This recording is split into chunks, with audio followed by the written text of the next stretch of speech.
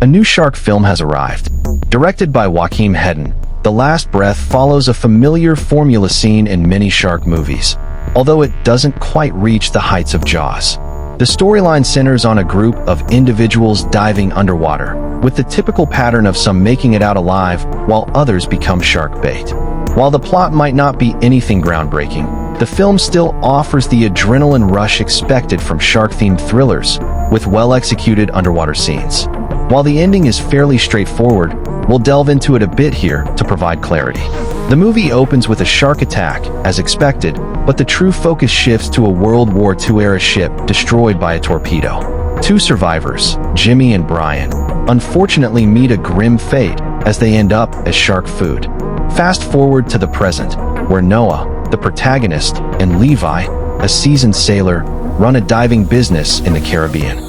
While Levi owns the business, Noah is his trusted employee, and they share a close relationship akin to that of a mentor and protege.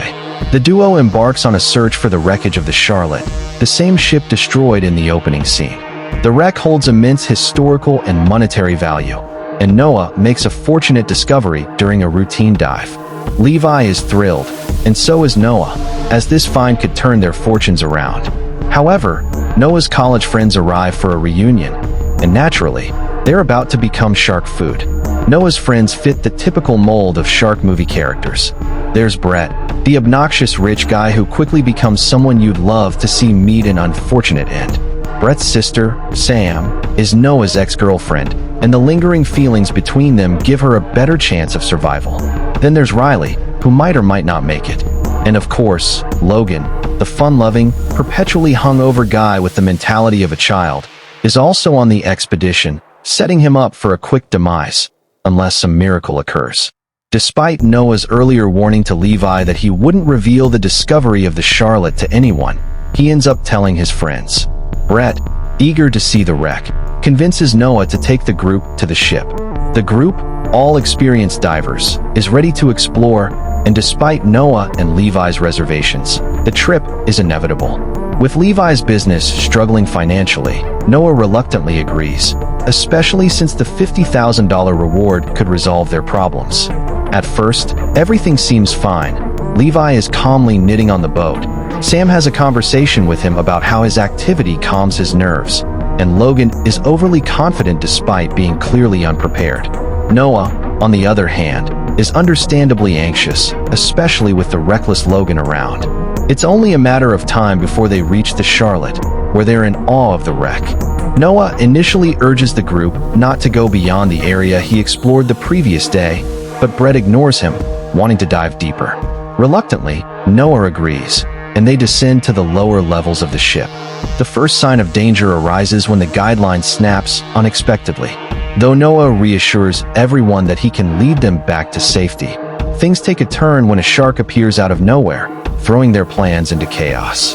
Logan becomes the first victim, losing part of his leg. Sam attempts to help him, but her efforts are in vain. As expected, Brett starts blaming Noah, calling him a failure, and even commending Sam for breaking up with him. Brett's character is nothing new. He's the typical annoying antagonist, and the film could have done more to make him stand out. However, using Logan's body as bait to distract the shark is a clever twist, though it ultimately doesn't work. Meanwhile, Riley faces another dilemma. Her oxygen tank is running dangerously low. You can't help but feel sorry for Riley, the more sympathetic character, as her oxygen issue signals her inevitable demise. Nevertheless, Riley has some of the film's most memorable moments, such as luring the shark with her blood and trapping it in a cage. But there's more than one shark lurking. Just when it seems like Noah, Sam, and Riley might make it out alive, Riley is snatched away by a shark. Noah, injured and unable to assist, is left in a desperate situation, and Sam does what she can to ensure his safety. In a stunning move, Sam kills a shark with a makeshift spear, marking the film's most exciting and heroic moment. Brett, against all odds, manages to survive the attack, but fails to make it back to the boat. A shark claims his life, and the running gag of Levi constantly calling him Ben continues. This joke loses its impact over time, but it remains a recurring theme throughout the film. The only redeeming quality of Brett's character is that he manages to alert Levi to the danger below. In the end, Levi is forced to make a heroic dive in his signature red diving gear to save the remaining survivors. Known as the Red Torpedo in his prime, Levi bravely enters the water to help, but tragically, he meets his end at the jaws of a shark. His sacrifice allows Sam to escape, but his death adds a somber note to the story. This role also marks the final film appearance of actor Julian Sands before his untimely passing during a hiking accident. The film concludes with Noah and Sam reunited, and they start a family, naming their child after Levi as a tribute to the fallen hero. Although Noah's arm injury remains a permanent reminder of their ordeal, he now has a family and is unlikely to return to the waters anytime soon, unless a sequel beckons. In conclusion, The Last Breath is a standard shark movie with some thrilling moments, though it doesn't quite break new ground in the genre. The film's characters follow typical tropes, and while some moments stand out, particularly in terms of suspense and action, it's the emotional beats and sacrifices that give the story its weight.